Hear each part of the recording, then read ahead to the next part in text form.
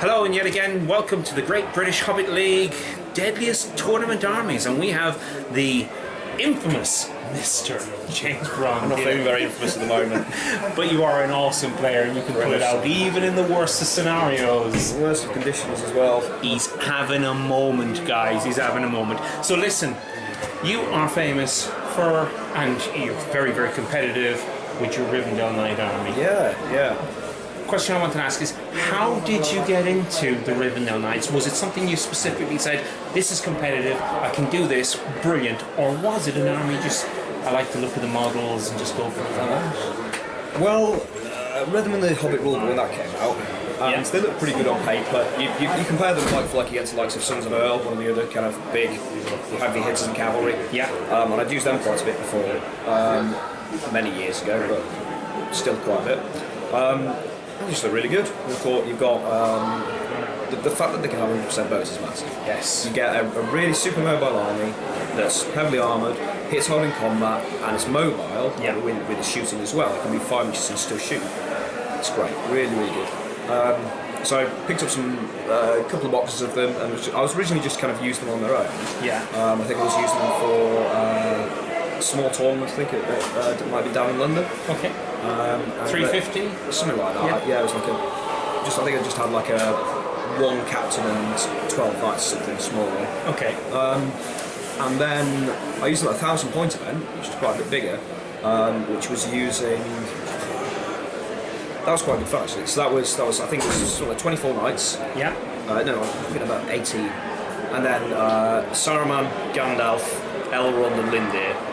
So just super magic heavy, super mobile, lots of shooting, lots of threat, and it was very, very good. Very good. So you found the Rivendell Knights really, with those add-ons, extremely competitive? I think the key bit that you need, or that I like to have in my Rivendell Knights armies where I can, is having a wizard, preferably Saruman, because I think being able to control the board and control key elements of the board really, really helps, because they're mobile, but they can't always outpace stuff. You need to be able to deal with some of the big threats like monsters and failures and things like that.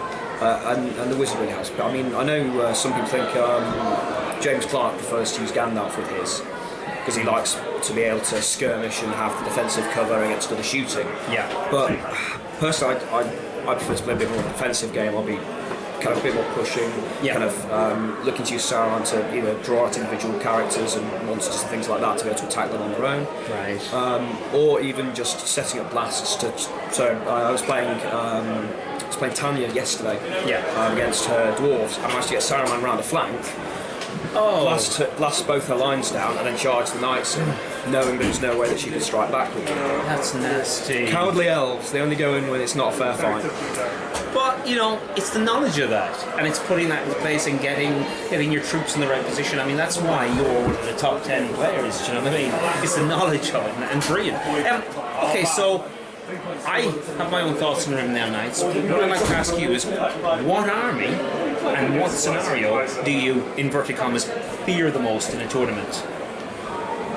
Scenario? You can pick any of the custom ones as well, quite happy for that.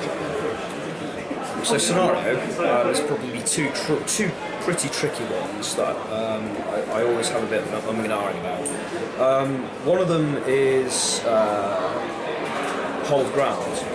The reason being is so much is out of your control with regards to the open deployment. Yeah, you're miles from a battle.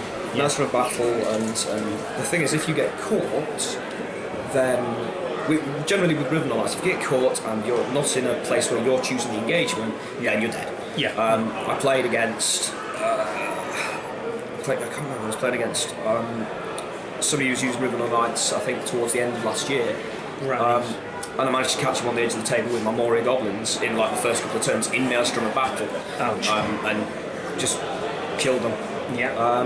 Because, I mean, alright, the defense 6, but as soon as you get 3 goblins around them, trap them, go down like flies. Yeah, indeed. I mean, horseless as well. I mean, I've seen people just focus on the horses. Yeah. Because when you're on the ground, you're less mobile. Yeah, and you drop a defense point as well.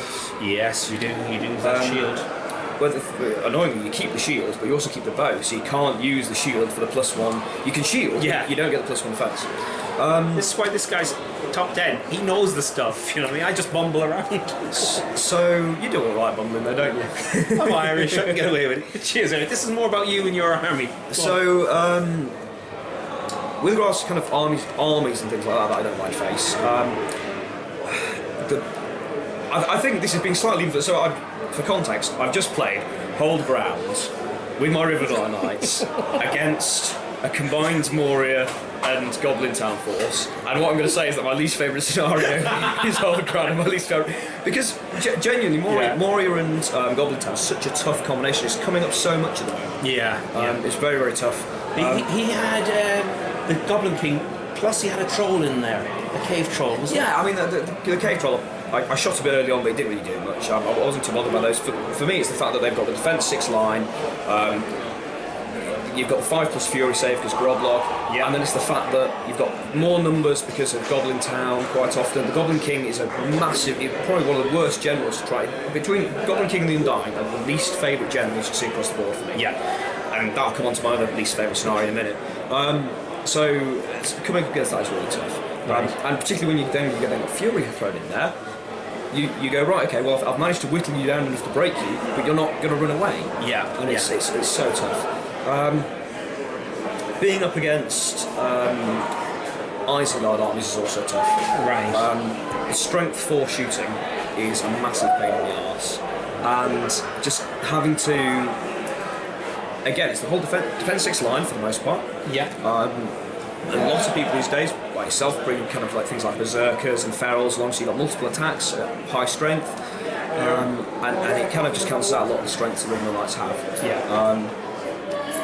In those sort of scenarios, they're great from a distance, but up close they meet their match. And yes, absolutely. Yeah. And it's the fact that you can't pick, because they're defensive, you can't pick them off as easily. You can't whiff them down at range very well. But the other scenario I dislike as well, or I find really tough, is the new, I can't remember what it's called, it's Challenge of Champions, is it? Oh yes, where you put your Clash of Champions. Clash of Champions, where you put your general in the middle, and your generals have a Barney in the middle.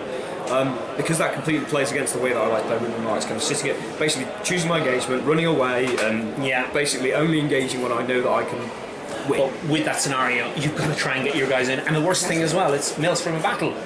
Yeah, it's the combination of the two. It's so you can find yourself out of a game in 5 minutes on the worst dice rolls in the world. Absolutely, yeah, absolutely. Too much in that one. Too much left out of my control to be easy scenario to play. I mean, your play style is you like to control. You like to do board control. You mention board control. It frightens me when you do, because I haven't got a clue what you're talking about half the time, and then suddenly. That's what he means, yeah. But listen, thank you very, very, very much. You've given a great insight to people to actually know your army and see the weaknesses. And I think you've actually shown a lot more weaknesses than others. But yet you play so brilliantly. You can just pull it out of the bag even when the dice rolls go against you. Well, listen, James, thank you very, very much. Really appreciate that. Okay, cheers. And bye for you guys.